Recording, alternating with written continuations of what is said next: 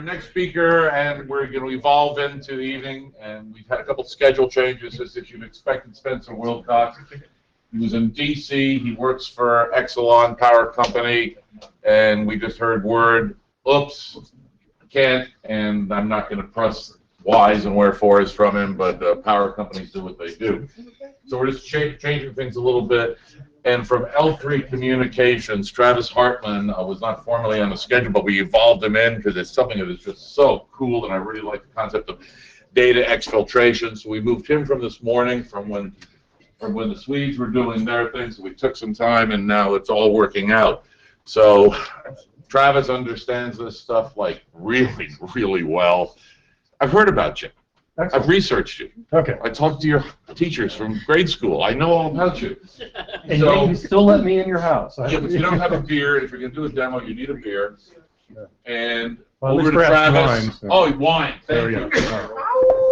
Thank you, Travis. Yes. Before the evening devolves a little bit more. So, I do want to say thank you to Pete Fortman. He's not here.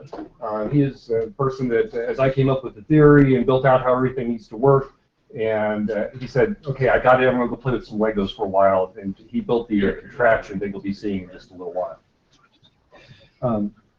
So one of the interesting challenges Wynn has talked about is how people were signed up for InfoWarCon, and then things have happened, and they were told, no, you're not allowed to go talk about different things. Oh. Yeah. So.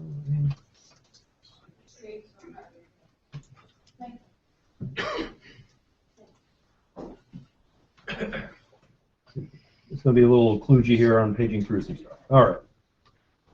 Yeah. I actually had to go through and get an ITAR clearance on my slides, my presentation, so that I'm allowed to talk about anything. They're like, okay, so if you want to be able to talk about taking data out of virtual desktop infrastructures, you can do that, as long as you don't use any special code, you don't do anything that's illegal, and it's only something that some commonly average people might be able to do. I'm like, okay, so that's So it's built into the screen already, then. yes. And I will also say that as part of this process, I managed to expense a drinking bird. So, $15 billion company, and I expensed a drinking bird.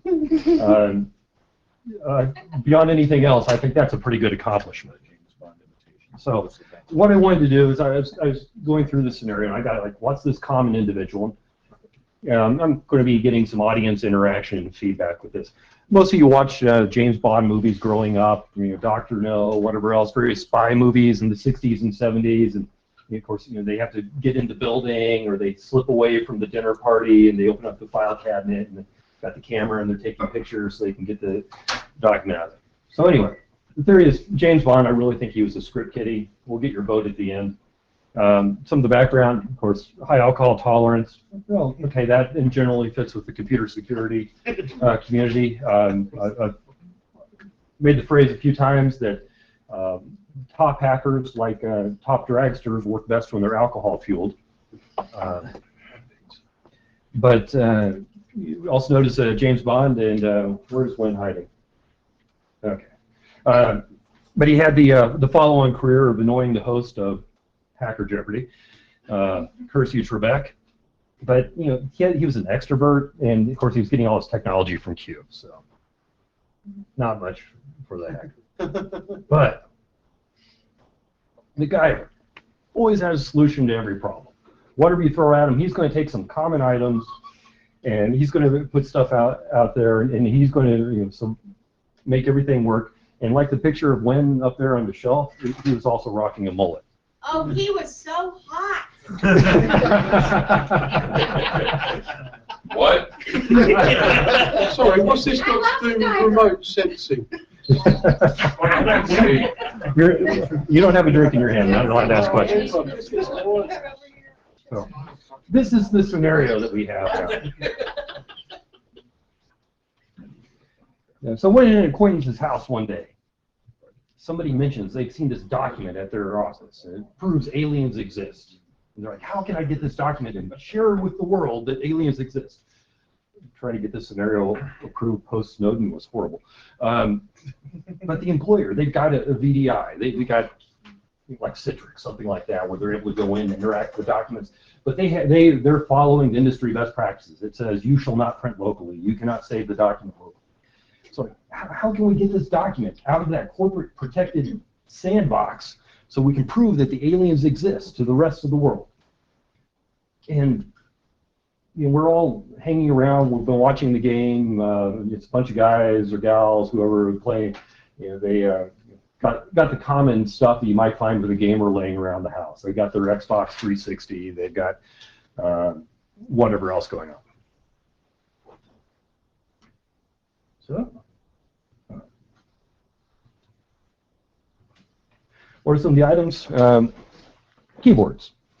Everybody's got a keyboard with their computer. Some of the nice ones are a little bit programmable. You can actually go ahead and hit one button. It'll record a series of keystrokes. That becomes useful later on in the presentation.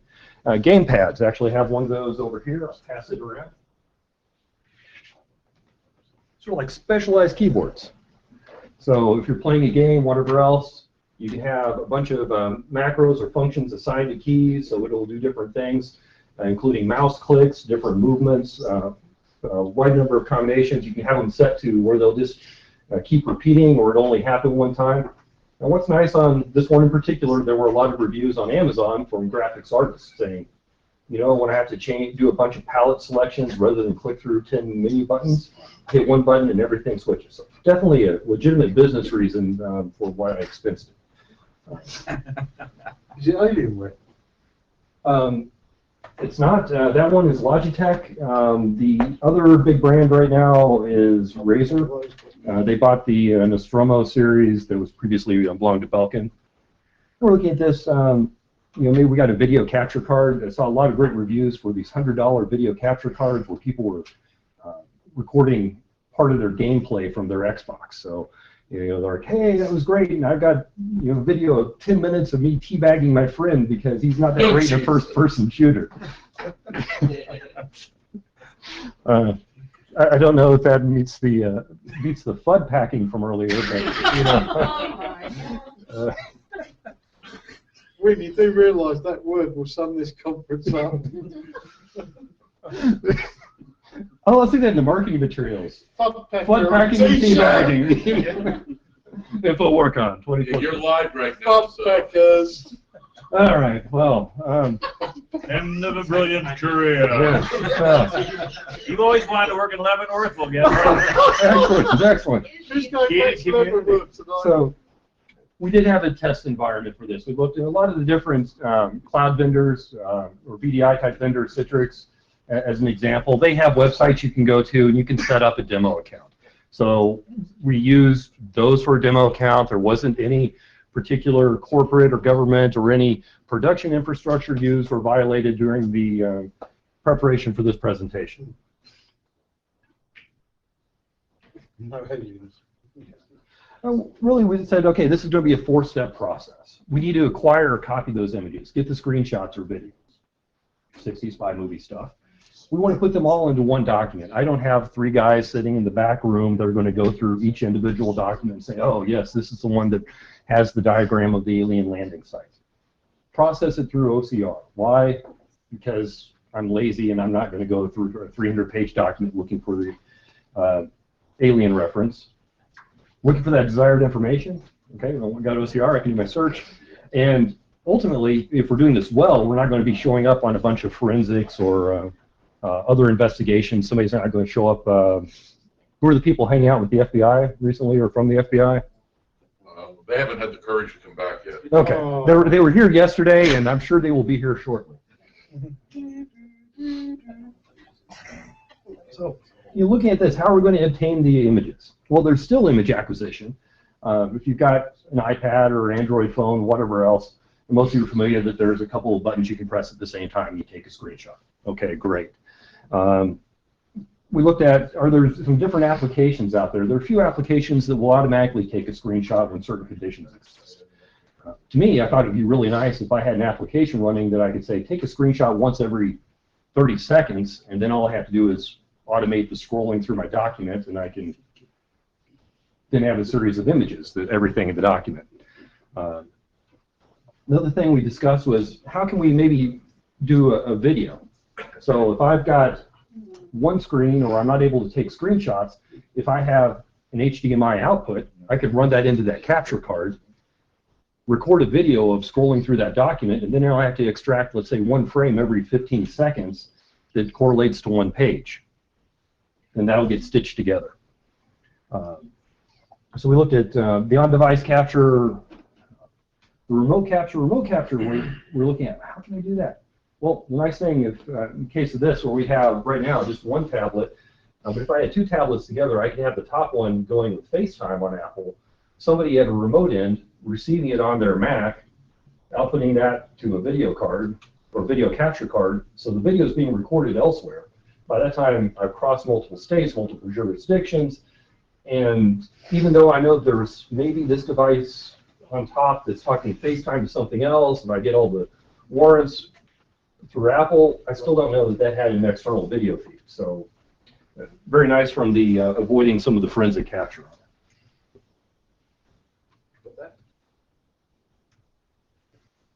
So with that, I'll go ahead and show one of the things that we came up with, which was doing the Legos. And whenever we break later, I'll give everybody a chance to come up, take a look at it, and poke at it, prod it.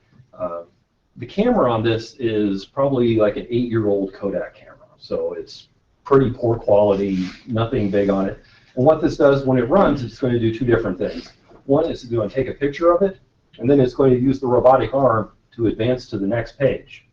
Take a picture, advance to the next page, and when it gets done, on the folder on the SD card, I now have pictures in every page on that document. So everything that 60s spy person was doing, we don't have to leave the party. We're still drinking wine and whatever other beverages. This is doing the work for us. Isn't it great what modern technology can provide? It's probably doing it as the party piece, so you don't even have to hide your activity. Yes. Hide it in the file cabinet.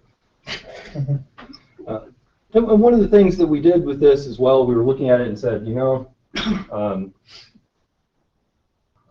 this fits the toys somebody might have laying around. This is just Lego Mindstorms. There's nothing high-tech. It's just using their little interface for the coding and the robotic arms. One thing you may notice is there's an extra wire here. This wire is actually a ground wire because there has to be the capacitance for the finger that's touching the screen. Where we got the finger or the little rubber ball thing, just went to any conference where there's vendors doing their handouts, and we walked up to a booth and said, hey, can we have that? And they're, sure. And so once again, it's just a vendor tchotchke. It wasn't anything we had to pay for, and it was just available. So it's their fault. Absolutely. And I'm having a little problem with the grounding on it right now. I do have a video win that shows kind of from the top down with the page turning and everything. I'll give that to you so you can incorporate with the other information. You see this arm turns, that does take a picture, and the other arm goes, advances the page. It'll continue doing that throughout the document. We could actually have it going quite a bit faster, but we have it go pretty slowly just for the demo purposes. I think there's an app for that. Yes. So if we had Apple TV, we could watch Scrape it the live. screen and. Yes. All right. It's like having a 3D printer, isn't it? A little bit. So some of the things that we ran into as we're doing some of the testing, like using that gamepad, the Windows and Mac key sequences. In Windows, real easy, you do Alt print screen and you're taking a picture of that current window that you're looking at. With Mac, if you're wanting to take a picture of a specific window, there was actually having to click on that window after the key sequence. So that made it a little bit more complicated. Also, for doing screen captures, whether it's from the VDI or using the camera like that, the screen resolution actually had an impact. So if you're running a giant image full screen and you're doing the screenshots off that, later when you go to merge them into the document, you may have trouble with the borders, things overlapping, and run into some OCR challenges on that. We did run into some applications, depending on what you're actually doing, that they will block different functionality. They'll try and either block the ability to take a picture or a screenshot, or they will impair other functionality. Like, I think it was Citrix on their demo website. There were certain things, if we tried to do it and we're using the HDMI video out, it would just block the video signal. And suddenly we just have a black box going there. So it could, in fact, as you said, be any app, and if they charge for premium, you can just put it in your, what do you call this? The Legos. We'll just call it the Legos. All right. The Lego Tower of Doom. Right? But anyway, so The scanner. yes. For want of a better Yeah, thing. you know, somebody mentioned earlier, I think, actually when you provided the tablet, you said, well, here, let's look at iBooks, because you can't copy them out or whatever very easily, and so there give you that functionality. Right. Some of the other things when we're looking at the external picture video capture, what we could do for the pictures. A lot of you may have seen this when the iPad first came out. You know, how do you print off an iPad? You just put it down in the copier. This was actually at a forensics conference, and it was a camera setup, much nicer camera, tray and everything else, but it didn't have the robotic arm, so that was an enhancement we made. We also looked at, what if I just take a nice camera and put it there on a tripod, and I'm getting great pictures and everything. The problem with that for most people is their coworkers are going to notice it, especially if they're doing it at the office and say, what are you doing? In my case, my coworkers saw it and they kind of closed my door and walked away. We don't want to know what you're doing. All right. So I already talked about some of the things in terms of being lazy, the repeating key sequences. One of the things when we were looking at the tablet, or we're looking at the drinking bird. Does anybody remember the movie Darkman? Yes. Okay. And the drinking bird in that, there was somebody was tied to a chair and there was a bomb, and to build suspense, they had a drinking bird, and it kept getting closer and closer to pressing the button, and eventually it pressed the button. The problem with using a drinking bird, other than you may not be able to expense off the $7 depending on your employer, is they rely on a temperature differential. So there's only evaporation of the head, of the material that's on the head, it dips itself in water, and that's how it keeps it going. The other thing you can do is you can actually apply heat to the other end of the bird. And as we were doing the experimentation for how we would set things up, the exhaust fan on the computer was blowing out enough of a warm plume that if we set the bird near it, it would perpetually be powered by the exhaust fan on the computer. So that was exhaust up its ass. pretty much, yes. Fantastic. Back to your FUD packing. Yes. Packer. Okay. So we've got a T-shirt with a dipping bird with a thud packer Yes. flying out of a Mac. It's like a crest with a T. Isn't it handy that your other half's an artist? So, so at this point in our evening, we've now got this SD card. We've got this sequence of images of all the different pages. We had like, how are we going to go combine this? We tried several different ways, looking for what was going to be the easiest or the laziest way to do it. Try doing PowerPoint. Can I just create a new slide, paste an image in there? And it really didn't work well. We're having problems with the margins and stuff like that. We ended up using a Microsoft Word. We had better luck doing it in Windows than we did in Mac. So what we do is we'd start up, Explorer, highlight the first picture, it would copy it, tab over to Word, paste it in, hit enter, and switch back over, go to the next image, and we just continue to repeat that. Later on, any Mac, or is that because of screen resolution / fonts, or what? The challenge we ran into in the Mac was when we go tab back over to the window that had all the images, we were having some issues with how it would like reach the end of a row of images or a certain place in a column of images, and how the cursor would go ahead and advance. And so in some cases we were able to overcome that by changing the view from maybe doing thumbnails to now I'm just doing a long list of that. Or we tried, sometimes we had to change the shape of the preview window. So if my Explorer window was like this and I had 3 columns, if I changed it to I only had 1 column, then it would be able to keep moving over to the right. So that was a challenge we ran into, able to get through that. But what was the easiest and smoothest way of getting it done was actually using Word and in Windows. See, there's genuine use for the blind, isn't there? I mean, I don't believe that you have problems for the blind for this sort of application in terms of digital licensing. It'd be interesting to make something like this for the visually impaired. That's an interesting thought. I hadn't considered that one. Of course, the nice thing, once you have the OCR, you can have it read to you, essentially, at that point. Well, I mean, if it had all the other restrictions on it, you might still be able to have it read it, you know, out loud, and then you could Take the voice and those. Run Dragon Naturally Speaking and then record voice it rec- that way. yeah, or have mechanical transcribe it for you, right? Yeah. In fact, you could probably do it over the telephone to India cheaper. Is this all going to go over the bad ideas page? So we. Some of these are really good bad ideas. I like this. I'm getting set for the next conference now. I got to get Dragon Naturally Speaking. Well, you do it on the Contract cloud 70 in India. as a service to India, and you actually get it provisioned live and get it running during your presentation. And then you email the results back to everyone. Excellent, excellent. And probably the best way to do that is talk to two different companies and say whichever one has the better transcription results from the trial will be the one that we go with for the long-term contract. Yeah, it's like a transcription bounty. Yeah. And then we could get it translated into Chinese and give it back to them. Yes. So, That'll throw them, won't it? and then we'll give them copies of our doctrine, and nobody will know what's going on at all. Well, once they've got the concept of FUD, they're Yes. truly screwed. Modification. Funnification of the Chinese. One of the things that we ran into is we're starting to stitch things together. It's like, well, we have to do the OCR, and we had that restriction. What stuff people commonly have around, where I can, grab for free that I'm not going to go out and spend the money. ScanStore is one website. They have a bunch of comparisons of different OCR software. A lot of times they had free trials, but the free trials tend to have limits. It was either on page count or the number of images or some other restriction. And there were some online versions where you'd let you upload an image and it would transcribe it, but it would only do one image at a time.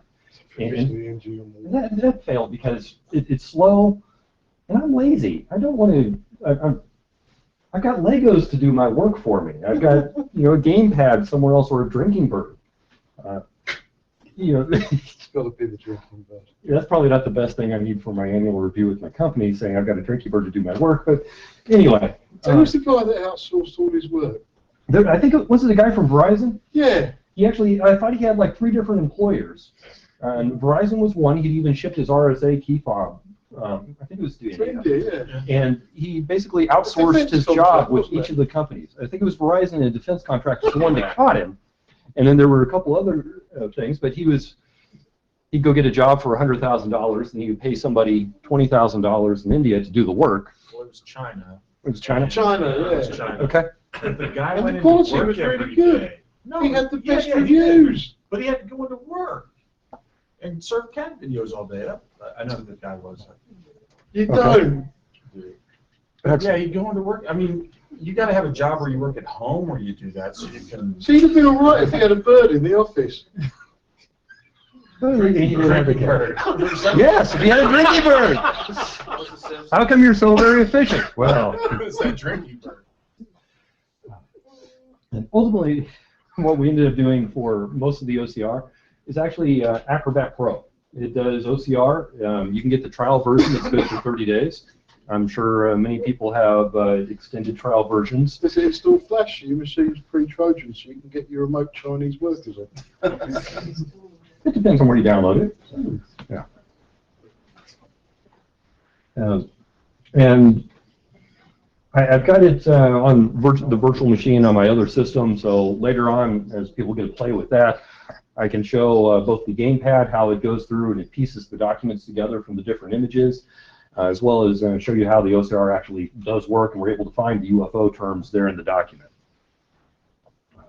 Some of the things that we ran into, I talked about HDMI and some of the restrictions with that. Sometimes they're using the copy protect bit on the HDMI.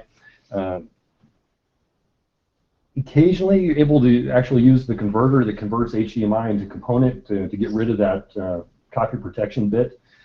It doesn't always guarantee it's going to work. There's a software application called Fraps. It's about $37. That will let you record whatever is happening on your screen. The downside to that is it makes huge files. So it's okay if you're recording like a minute or two of whatever game you're playing, but if you're going to record 3 hours of scrolling through a document, you're massive files, and that's a real problem. And we're concerned about what's happening with server-side monitoring, because it's a remote desktop. I'm viewing and interacting with something back in that corporate environment. So whatever I'm interacting with, they can see, if they have their stuff configured correctly, what I'm actually doing, or at least what I'm trying to do. So what's the stuff that typically we get left behind? What type of documents were we reviewing? What was I accessing? Was I accessing the corporate strategic plan for the next 5 years? Was trying to find the FOUO translation of a Chinese warfare theoretical document? They can also look at, depending on how they have things implemented, they may be able to look at how regular you're going through a document. Most people, they're reading through a document, they maybe hit the table of contents, and they'll scroll through the boring stuff. Military doctrine, they'll scroll through all the boring stuff, and they go, great, I've read it, and they're done with the whole thing in about 3 minutes. But it's not a steady page rate that people go through most documents. Sometimes they spend a little more time reading a graphic, or less time because the whole page was a picture. But it shouldn't be constant, the way they go through a document. The hours that people are doing stuff. If you're a manager and your employees are doing their work and they're there 8-10 hours a day, they're probably not going home for another 12 hours and going back through other documents again, especially documents that aren't in their normal work area. That should be a pretty easy thing to flag. Talked about how we had some issues when we were looking at the display resolution. If I had the wrong resolution, I'm doing that image capture, it became a pain in the butt later on.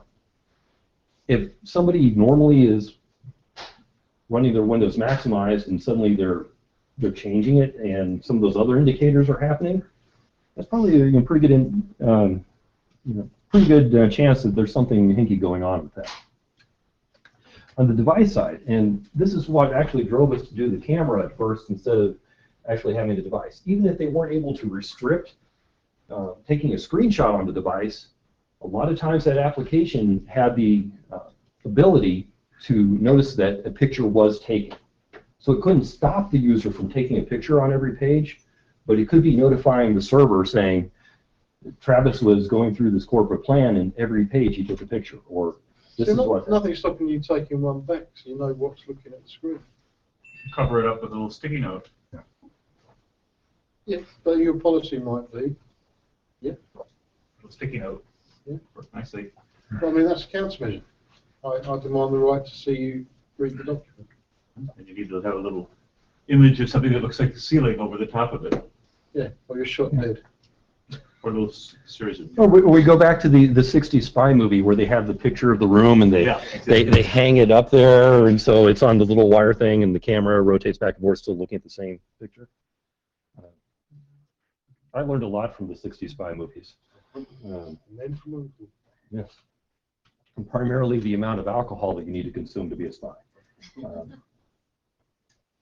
The other thing, we really weren't sure on the telco records. I think that's probably more of a stretch. But that we're thinking, like, if I'm doing the stack things, I'm doing FaceTime, I'm doing the connection to somewhere else in a different jurisdiction. By the time they're having to go after telco records to figure out that somebody took their corporate business plan, probably so many other things have went wrong in that process. It's not that big of a concern, at least not for our 4 people that were playing video games in somebody's living room. I do like on the device logs, it goes back to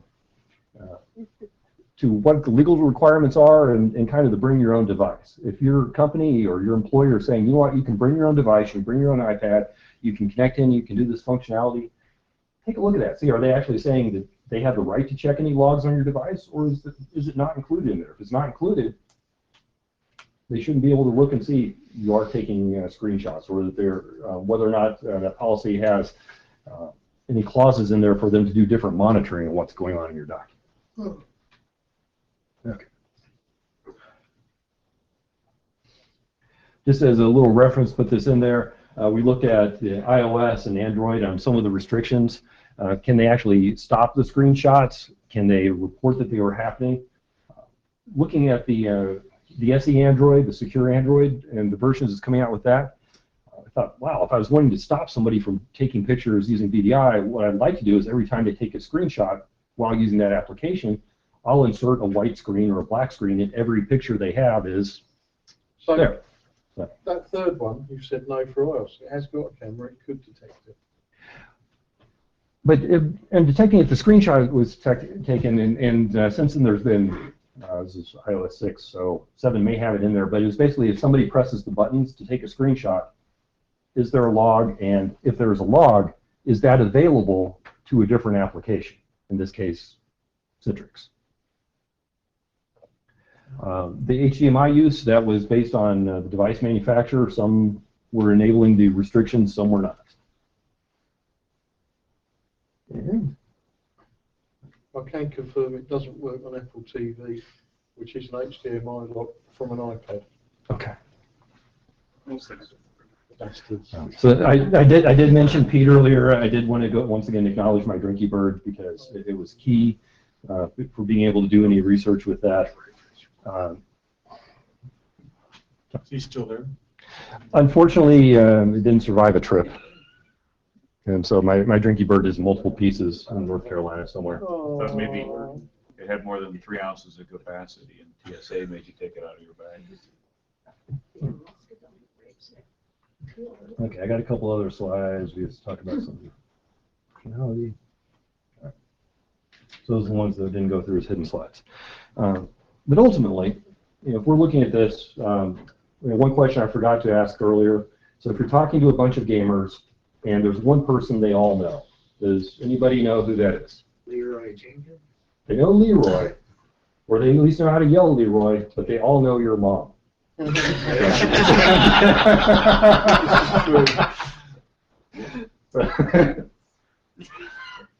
All right, sorry about that. So with that, open it up to any specific questions you guys might have.